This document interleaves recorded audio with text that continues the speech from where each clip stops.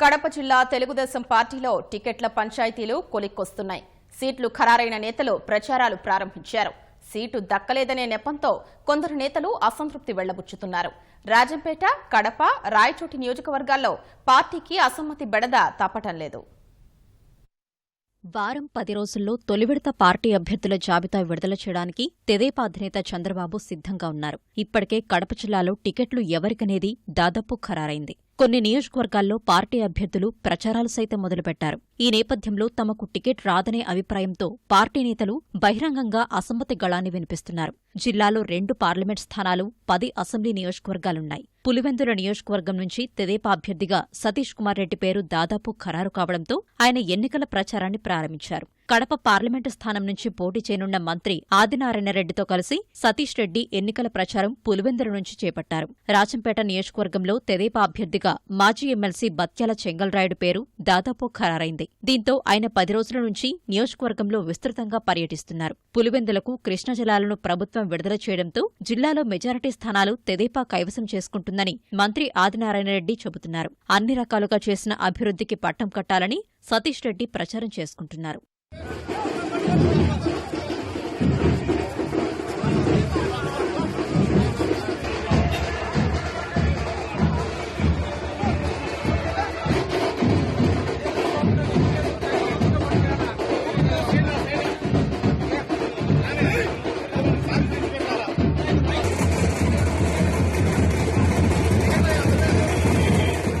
చెప్పిన మేనిఫెస్టో కంటే ఎక్కువ చేసిన కార్యక్రమాలు రోజువారీ కార్యక్రమం ఆయన రోజువారీగా చేయాలా.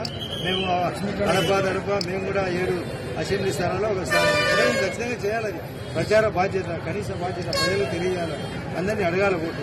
అందులో భాగమే ఈ కార్యక్రమం. బ్రహ్మణుడిలో మాకు ఒకటే కాదు, ప్రతిపక్షంలో కానీ అధికార పక్షంలో కానీ ఓట్లు అడిగారు అందరికీ ఉంది. అందులో బాగా సంక్షేమం అభివృద్ధి మరింత ఎక్కువ చేసినాం కాబట్టి మేము ఓట్లు అడిగినాం. మాకు నమ్మకం ఉంది, దానికోసం వచ్చిన స్పందన బాగుంది. ఇంకా ప్రజల్లోకి తీసుకుంటాం కార్యక్రమం. గడిచిన 20-30 సంవత్సరాల నుంచి పులివెందుల ప్రజలందరూ కూడా చూసినటువంటి కృష్ణా జలాలు పులివెందులకు రప్పించడంలో పూర్తిగా వైఫల్యం పొందడమే కాకుండా కనీస ప్రయత్నాలు కూడా స్థానిక ప్రజాప్రతినిధులుగా వాళ్ళు చేయనటువంటి వైనాన్ని ఈ రోజు ఎక్కడికి పోయినా కూడా ప్రజలందరూ కూడా నిరసన వ్యక్తం చేస్తున్నారు. 40 సంవత్సరాల నుంచి తెలుగుదేశం పార్టీ ఒక్కసారి కూడా గెలవకపోయినప్పటికీ కూడా చంద్రబాబు నాయుడు చేసినటువంటి ఉదార స్వభావం, ఆయన చేసినటువంటి అభివృద్ధిని ప్రతి ఒక్కరూ కూడా ఈరోజు స్వాగతం పలుకుతున్నారు. 11 టీఎంసీల నీటితో ఈ పులివెందుల ప్రాంతంలో ఒక్క బోరు కూడా ఎండిపోకుండా ఇక్కడటువంటి వృక్ష సంపదనంతా, హార్టికల్చర్ సంపదనంతా కాపాడినటువంటి ఘనత తెలుగుదేశం ప్రభుత్వం.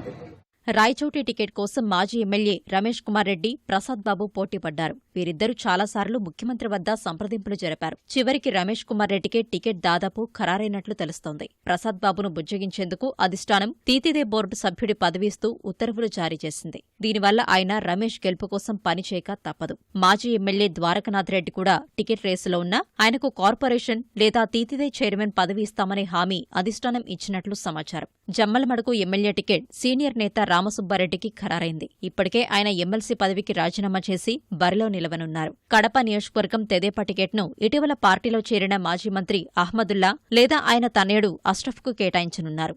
ఇదిలా ఉండగా పార్టీలో అసంతృప్తుల బెడద మొదలైంది. కడప, రాజంపేటలో బలిజ సామాజిక వర్గం ఓటర్లు ఎక్కువగా ఉన్నారు. కడప నియోజకవర్గంలో తమ సామాజిక వర్గాన్ని కాదని, మైనారిటీలకు టికెట్లు కేటాయిస్తే వ్యతిరేకంగా పనిచేస్తామని, లేదంటే స్వతంత్రంగా బరిలో నిలుస్తామని నేతలంటున్నారు. రాజంపేటలో టికెట్ ఆశిస్తున్న మాజీ మంత్రి బ్రహ్మయ్య కూడా అసమ్మతి గళం వినిపిస్తున్నారు. రాజంపేటలో తనను కాదని స్థానికేతరుడైన చెంగల్రాయుడికి టికెట్ ఇస్తున్నారని ఆయన గుర్రుగా ఉన్నారు. నెల్లూరు చంద్రమోహన్ రెడ్డి గారు వచ్చారు.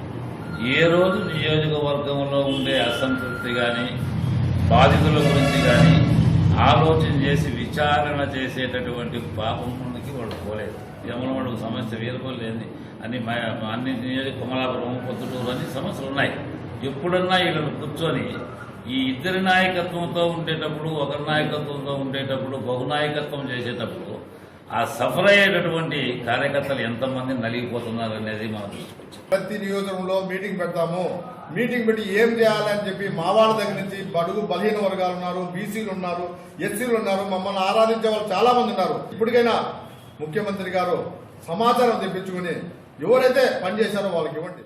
కమలపురం, మైదుకూరు, ప్రొద్దుటూరు టికెట్ల పంచాయతీ ఇంకా కొలిక్కి రాలేదు. బద్వేలు, కోడూరు ఎస్సీ నియోజకవర్గాలు కావడంతో అక్కడి నేతలు సూచించిన వారికే టికెట్లివ్వాలని అధిష్టానం యోచిస్తోంది.